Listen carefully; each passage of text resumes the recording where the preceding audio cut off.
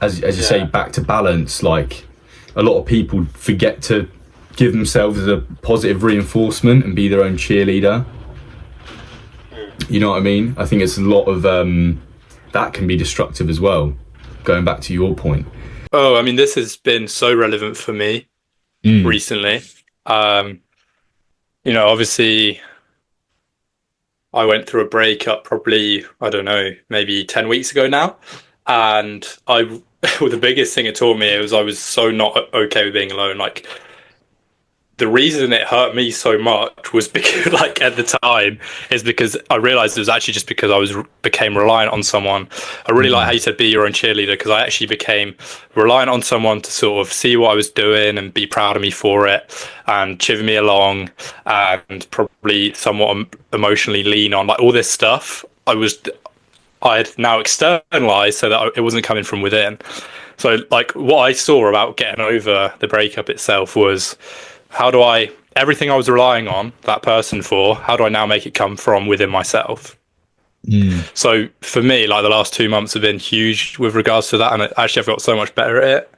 And I think when you are okay with being alone, then, like, your existing friendships and relationships do improve, because they're just adding something to your life, but you don't need them as such. I don't know. It's a weird kind of paradox. Like, you prefer being alone, or you're more okay with it, but then actually your friendships strengthen. You also prefer hanging out with people, and that time becomes more quality. So that's pretty cool as well. Like, I appreciate you sharing that, mate. Yeah, and then I guess it's one of those ones, isn't it, where a situation like that just exposes you a bit, and then it's like, it's weird how you don't realize certain things when you're in them. Which is interesting in itself. So yeah, there's been a few lessons from it, which is great. But that was probably the main one. It was like, cool, I need to be a bit more self-reliant here. And don't get it twisted, like, I think community is really important. I think friendships are really important. Hanging out with your mates, relationships, all of that stuff is probably, like, one of the most important things in the world, because we're social animals. It's half the reason we're here. But it's that balance, isn't it? Like you say, between not being reliant on it. So yeah, it's been really relevant for me, and it's definitely an interesting one. Especially, I don't know what you think about it as well. Like, are we more or less lonely now? I don't know, because social media, it's technically provides us more opportunity to connect, but does it remove more opportunity than it gives? I don't know. Yeah, mate. Very, very interesting point. Actually, very interesting point. I think nothing beats meeting new people through, one-on-one in person. And I think also that's it's another really good thing for our age as well, like, just trying to sort of chip away at those social skills as well, those, like, first impressions, all those kind of elements that it's what I like. It's what I've been trying to perfect for such a long time, just through every conversation, like, trying to learn how to make that first impression a lot better and make things smoother, because I feel like you can break people down a lot better. That's one thing that it could, social media and the internet could be affecting, is, taking the importance of a one-on-one meeting between two people, that first impression. 100%. Tell me more about you sort of working on improving your social skills, because I think we can dive into the whole sort of probably mildly ridiculous world of internet self-improvement, but that is definitely something that's overlooked. People forget, I think, to work on. And to be fair, myself included, like, I've always been lucky to have a certain element of social confidence, to the point where I've never actually worked on developing it further. So yeah, I'm just interested in what advice you'd have for someone in my position, and sort of, like, what you've been working on. Yeah, I think it always starts with like, know yourself, which is probably why you sound like you've got a good base with social confidence, isn't it? Because you sort of know yourself. Confidence is like built up trust in yourself and your abilities, isn't it? So I guess to up your social confidence, you have to put more trust in yourself and push the limits a bit as well. Like, you know, while traveling, That's for a good example, point.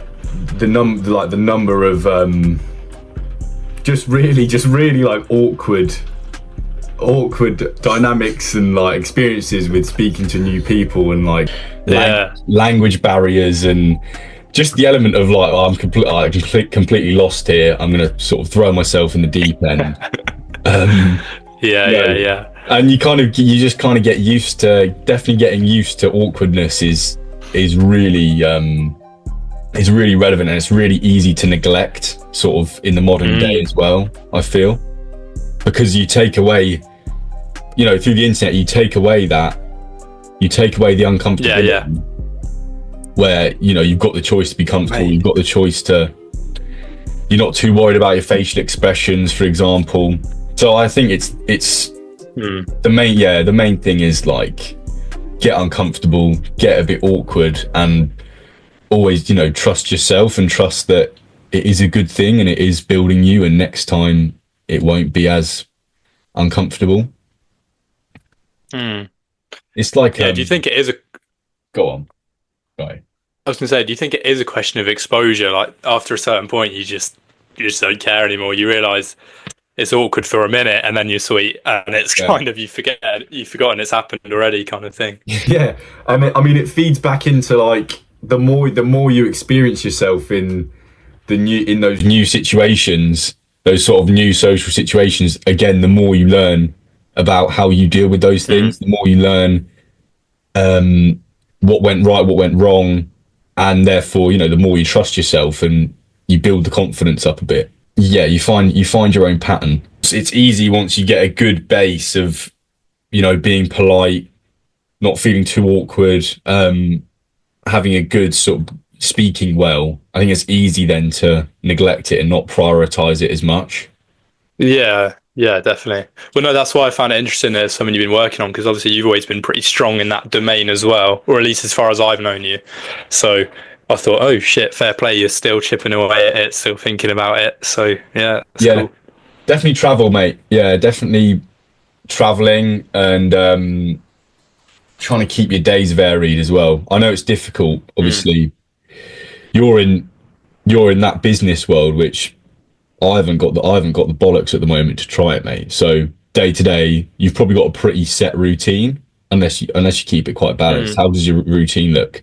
Up at 7, go for a walk, have a coffee, work probably 8 till 5:30ish, with a little lunch break in the middle, and then go to the gym, and then come back, have a big dinner, and probably get on Call of Duty for an hour. It's pretty simple, but it can be the same. The same every day. So to be fair, I will admit, I still do have that slight mechanism of building my socializing into the weekend, so it does give me something to look forward to. Like, I don't necessarily buy into living for the weekend at all, but like you say, when your day's the same every day, sometimes it's nice when you get to the weekend, you know, you can go off schedule a bit, and see your mates, do whatever. So I think it's definitely important to balance a bit of spontaneity as well as a rigid routine, because like, if you want to achieve something, you need a rigid routine. But then also, I think something I really need to work on is like, sometimes just fucking let go of that and go with the flow, and just, so yeah,